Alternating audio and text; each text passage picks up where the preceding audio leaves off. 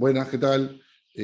Como les había comentado, quería dedicar esta sesión a conversar con mi colega y también amigo, Rubén Merino, que ha tenido la amabilidad de comentar por escrito el libro de ética, el breve libro de ética que he escrito, y me parecía una buena oportunidad de conversar con Rubén para poder aterrizar ciertas ideas que de repente como conceptos que en su sentido coloquial o en su sentido convencional podrían estarse escapando para alguien que no está tan habituado a autores como Derrida, Hannah Arendt, ¿no? Levinas, ¿no? Y podrían simplemente pasar desapercibidos el, por mis propias limitaciones también argumentativas, la complejidad que tienen estos autores y la propuesta que pueden tener para pensar la ética, digamos, ¿no?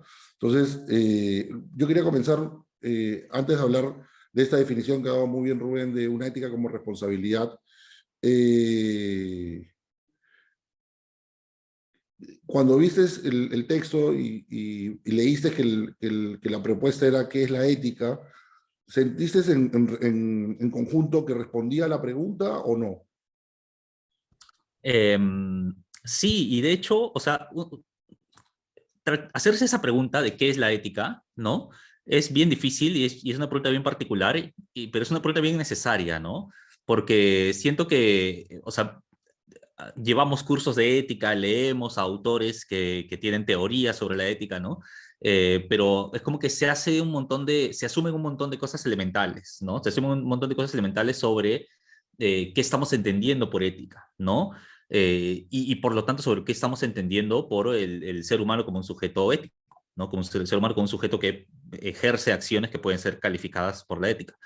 Eh, entonces, sí, claro, o sea, es una pregunta difícil, pero sí siento que en el libro como que se da una serie de coordenadas elementales a través de las cuales tener una comprensión de la ética en función de tener una comprensión de las relaciones humanas, ¿no? Quizás allá hay una apuesta como que básica, ¿no? De lo que se propone en el libro sobre la ética, que es el tema de, o sea, cómo para entender de forma más apropiada qué llamamos ética y para qué nos es útil la ética, o más que útil, para qué nos es importante, por qué nos es importante la ética, eh, cómo se dan las relaciones humanas, ¿no? Cómo las relaciones humanas tienen una serie de rasgos, de características que están marcadas, ¿no? Eh, por cosas como la fragilidad, la vulnerabilidad, la constante interdependencia, ¿no? Entre los seres humanos. Y en ese sentido, como que, o sea, a- la respuesta que se da a la pregunta de qué es la ética es a la vez una respuesta a esa pregunta, pero es a la vez una respuesta a la pregunta de qué entendemos por la condición humana, ¿no? Y cómo esa comprensión de la condición humana puede ayudarnos a pensar de forma más elemental la ética. Entonces, me parece que sí está allí el problema, y que es un problema difícil, pero que está allí tocado, sí. Eh, Gracias, Rubén. Y, por ejemplo, ¿cómo lo ves en relación al hecho de que no necesariamente, o sea, o que se presuponga una suerte de visión que rompe con la tradición metafísica, que es más de un pensamiento binario, dualista, digamos, ¿no? O sea, para los que no están tan habituados, la filosofía de algún modo pues tiene un viaje desde Parménides hasta Hegel, ¿no? O si quieres hasta Heidegger, en la cual la metafísica siempre es la metafísica del ser, ¿no? Y el ser siempre es o lo que aparece, pero que tiene su otro lado, lo que se esconde, ¿no? Lo que se encubre, lo que uno es el que da sentido y el otro es el que desarticula el sentido, digamos, ¿no?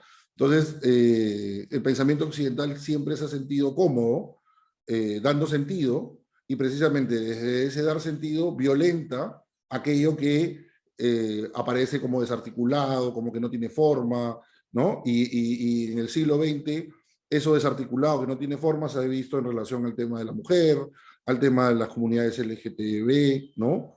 En relación al tema del colonialismo y la lista o el tema animal, ¿no? Precisamente esa metafísica del sentido le negaba espacio, ¿no? De acontecimiento, de aparición. Entonces, ¿cómo pensar una ética que a la vez violenta a ese otro, ¿no? Entonces, Sí. quería preguntarte un poco qué piensas de eso. Sí, o sea, ese es un tema de hecho bien importante, ¿no? Claro, porque incluso cuando uno lleva cursos universitarios y uno comienza a meterse a la historia del pensamiento, claro, uno se mete a la historia del pensamiento, yo creo, mucho bajo la ilusión de que uno realmente está estudiando como que algo neutral, como si uno estuviera estudiando a la representación del pensamiento humano, así dicho así en general, el ser humano, así en singular y en universal, ¿no? Eh, y eso esconde el hecho de que muchas de las teorías que leemos, que aprendemos, en verdad, o sea, parten de un lugar particular, ¿no? Como dice hay un pensador indio, no me acuerdo su apellido, o no lo sé pronunciar, pero dice esto de hay que provincializar al pensamiento, dice, ¿no? O sea, hay que ser conscientes de que cuando un autor o una autora produce una serie de ideas, ya sea sobre la ética, la epistemología, lo que sea, bueno, las produce en un contexto particular, ¿no? Y aquello a lo que llamamos la historia del pensamiento, la historia de la ética, ha sido muchas veces, la gran mayoría de veces, la historia del pensamiento occidental, del pensamiento europeo en particular, ¿no? Uno muchas veces, o sea, si uno hace el ejercicio de ver a los clásicos autores que uno lee en filosofía, pareciera que la filosofía es exclusivamente europea, blanca, ¿no? Heterosexual, ¿no? Cisgénero, o sea, parecía que tiene rasgos bien concretos, ¿no? Eh, y claro, y eso ha llevado pues a construir teorías éticas que ciertamente son valiosas, uno puede simplemente descartar, ¿no? Hay algunas posturas radicales que dicen, bueno, entonces nunca más leamos a los antiguos, ¿no? ¿Qué estás hablando? Hay que leer a los antiguos, ¿no? Hay que prestarle atención a estos autores clásicos de los que hay mucho que aprender, pero hay que ser conscientes de que enunciar una perspectiva que es parcial, ¿no? O sea, que está parcializada, no parcializada, sino que está desde una visión en particular, ¿no? Enunciar una perspectiva particular como si fuera la perspectiva universal tiene la consecuencia de invisibilizar otras perspectivas que están enunciadas desde otros puntos de vista, desde otras experiencias incluso, ¿no? Y claro, y ese es un punto importante de la ética que creo que sí, sí hay que pensar y que piensas, ¿no? En tu texto. El tema de que, claro, o sea, quizás una forma más sincera y más, incluso profunda, diría, ¿no? Más detallada de pensar la ética es no partir desde la afirmación de una teoría, sino partir más bien desde como que desde identificar ciertas carencias, ¿no? Identificar que hay ciertas carencias en las teorías éticas tradicionales eh, y que hay invisibilizados. No hay posturas, hay identidades, culturas invisibilizadas. Es una estrategia bien interesante que se utiliza mucho en diferentes disciplinas, ¿no? Por ejemplo, en los estudios culturales, ¿no? Se utiliza mucho y en el psicoanálisis también, o al menos en la teoría psicoanalítica, ¿no?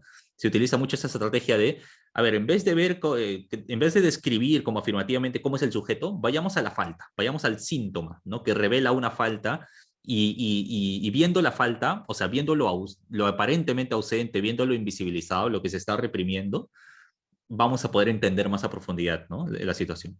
Esa estrategia me parece que es necesaria, ¿no? Y sí es importante resaltarla, ¿no? Y comencemos siendo conscientes de que hay una falta en las teorías éticas clásicas, hay sujetos, identidades invisibilizadas que tú bien has nombrado, ¿no? O sea, otra vez, como decía hace un rato, ¿no? Pareciera que la historia de la ética y de la filosofía es una historia con voz masculina, ¿no? Y pareciera que esa voz masculina es la voz de la humanidad, ¿no? Y sin embargo, uno comienza a ver a las autoras mujeres, no solamente contemporáneas, sino en general en la historia, y realmente pareciera haber una perspectiva diferente, un acercamiento diferente, porque hay una experiencia diferente, ¿no? Desde el ser mujer, que los hombres seguramente no podremos nunca entender con total plenitud, pero sí podemos como que aprovechar, ¿no? De esa diversidad, ¿no? Entonces, eso, ¿no? Sí, o sea, me parece, sí, en verse eso es súper interesante, ¿no? Eso, como decía, se puede pensar con respecto al tema de la mujer, se puede pensar con respecto al tema de lo colonial, ¿no? De culturas no occidentales desde las cuales extraer o ganar, ¿no? Formas de conocimiento y de reflexiones que normalmente no son tomadas en cuenta. Sí, me parece que eso es súper, súper, súper importante, sí. O sea, lo decía porque precisamente, y tú lo has descrito bien, eh, cuando uno hace un recorrido por la historia y la ética convencional, ¿no? O sea, no voy a pensar lo que ya viene luego de Deleuze, Bruno Latour, tratando de reconstruir, sobre todo Bruno Latour, una historia de la filosofía en paralelo, digamos, ¿no? Que en vez de pensar, digamos, Descartes es, ¿por qué no es Spinoza, ¿no? Y así, digamos. Eh, yo creo que o sea, digamos, los autores que a mí me han ido interesando luego de mi formación académica propiamente, digamos, de haber estudiado pregrado, posgrado, fueron autores, yo no llamaría de la disidencia, sino que conectaban con un punto que sí, en lo personal, está muy marcado en mí, que es la conciencia, yo lo puedo llamar del agradecimiento o la conciencia de que uno está en el mundo, no por uno mismo, sino que uno está en el mundo porque hay otros que lo han antecedido y esos que los han antecedido te han puesto en el mundo. Ahora, ¿qué haces con eso que te... o sea es indefectible, tú no has podido evitar que te pongan en el mundo. ¿Qué haces con eso que te ponen en el mundo? Ya es tu responsabilidad, pero tu responsabilidad también tiene un lado de conciencia de que devienes de decisiones previas y también de carencias previas, ¿no? De posibilidades no realizadas por otros para que se puedan realizar o consumar en ti. Y eso yo siento que cuando uno lee Hegel o Marx o lee Kant o lee Aristóteles, es como que Platón, ¿no? O hasta el mismo Sócrates, que puede aparecer muchas veces como muy crítico a lo dado, todos asumen lo dado, no sé si me entiendes. O sea, todos ya están instalados. O sea, curiosamente, a pesar de que tienes por un lado a Odiseo, que es el héroe desterrado, ¿no? Que siempre está soñando con regresar ¿no? A Ítaca, y por otro lado tienes a Eneas, ¿no? Que funda simbólicamente Roma, digamos, ¿no? Digo simbólicamente porque obviamente cuando Virgilio escribió la Eneida, Roma ya tenía cientos de años fundada, digamos, ¿no? Pero es este supuesto expatriado, ¿por qué? Porque retorna a su verdadera patria. O sea, Troya no era la patria de Eneas, sino que su verdadera patria era con los latinos, ¿no? No era un extranjero en Roma, sino que tenía que fundar Roma, digamos, ¿no? Entonces, me llama la atención cómo la filosofía no recoge esto de la tragedia y no recoge esto del drama instalado, ¿no?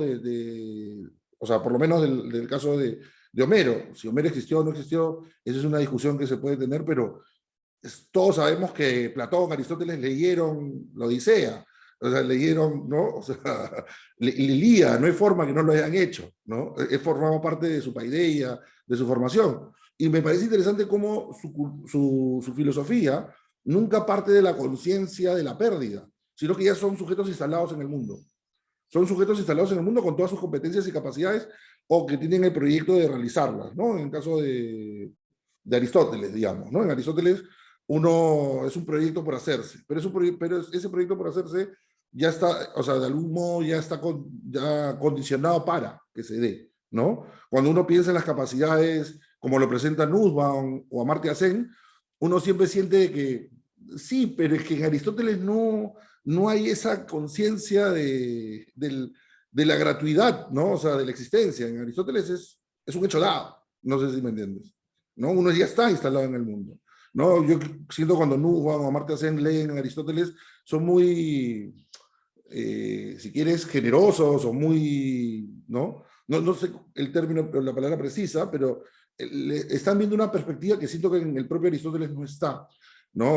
Cuando hablan de las capacidades. Aristóteles sí desarrolla muy bien el tema de las capacidades, pero ya desde sujetos instalados, de sujetos que tienen todo para hacer.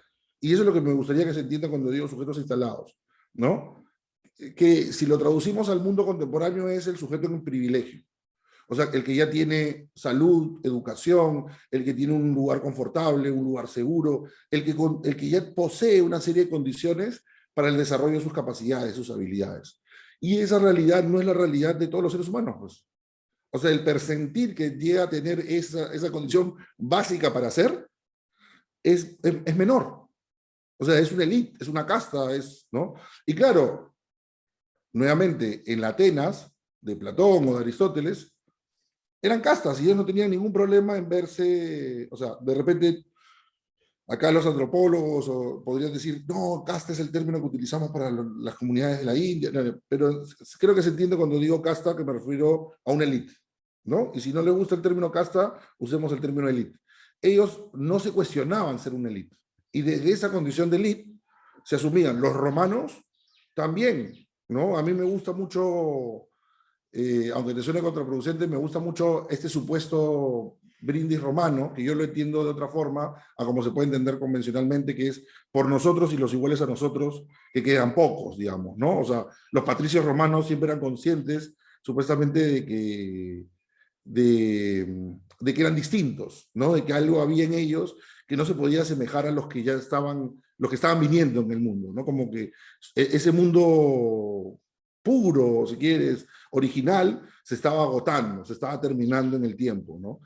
Yo lo veo de otra forma, pero eso ya sería conversación por otro momento, pero a lo que quería ir es que cuando pensaba en el texto, pienso de todas esas pequeñas cosas, ¿no? Que damos por sentado, ¿no? Que asumimos que ya están dadas y están habilitadas en nosotros, cuando en realidad no están habilitadas en nosotros sin más. O sea, alguien las habilitó.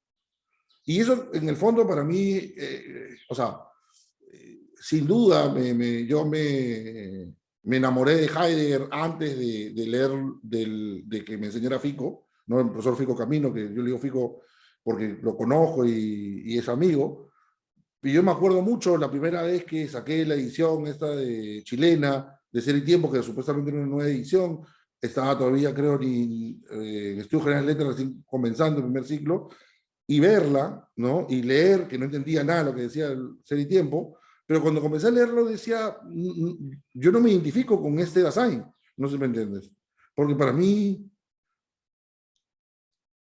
yo estoy habilitado desde mi madre, mis padres, mis abuelos.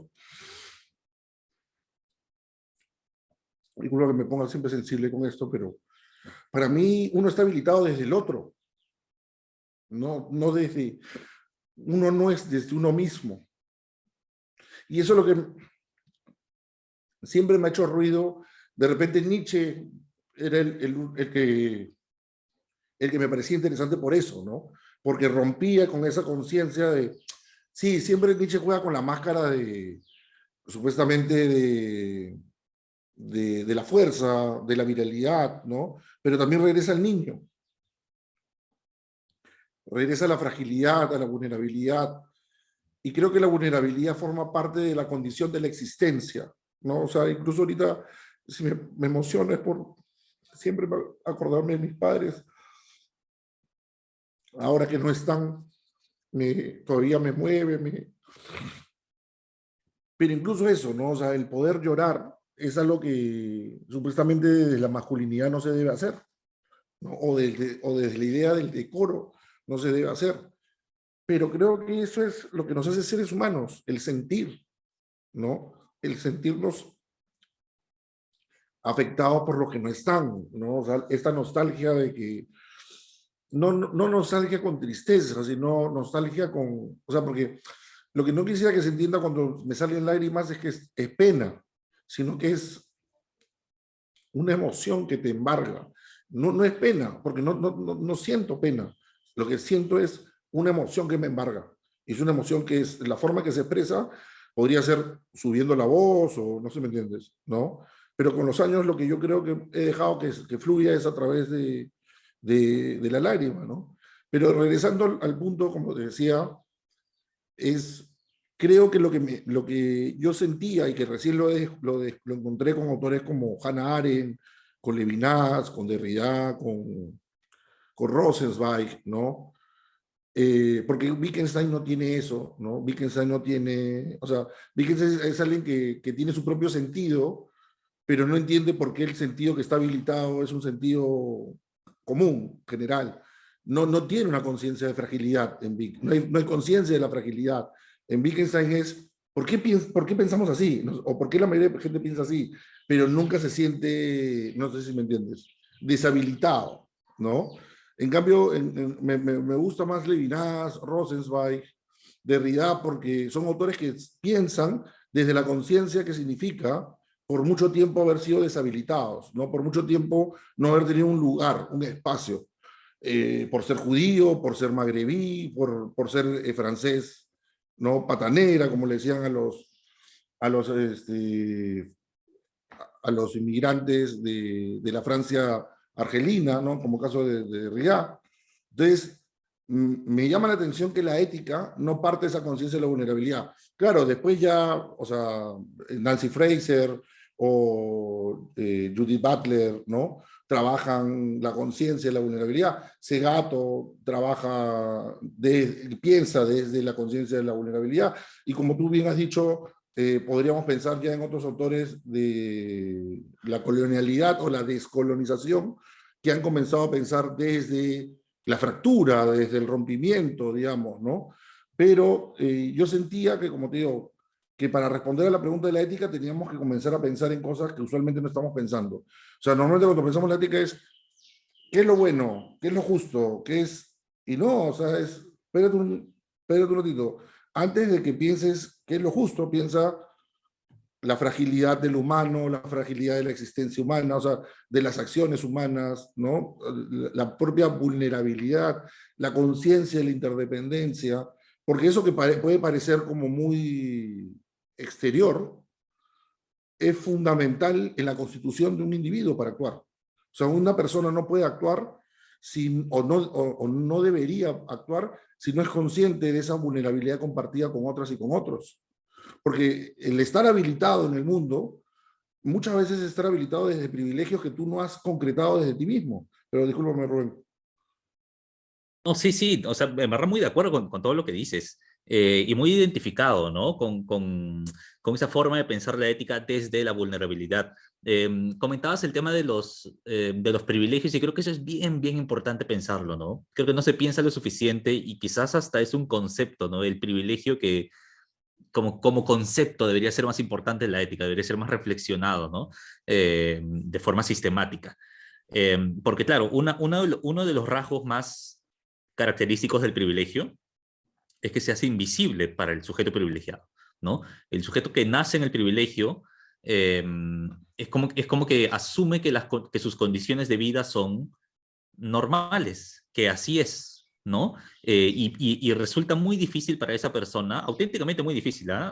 O sea, realmente no es solamente una cuestión de cinismo, sino realmente para muchas personas resulta muy difícil identificar aquellos elementos de la propia vida que no es que simplemente sean así, porque así es el mundo, sino que hay una carga histórica detrás, hay una carga estructural además, ¿no? Que te da ciertos privilegios elementales, ¿no?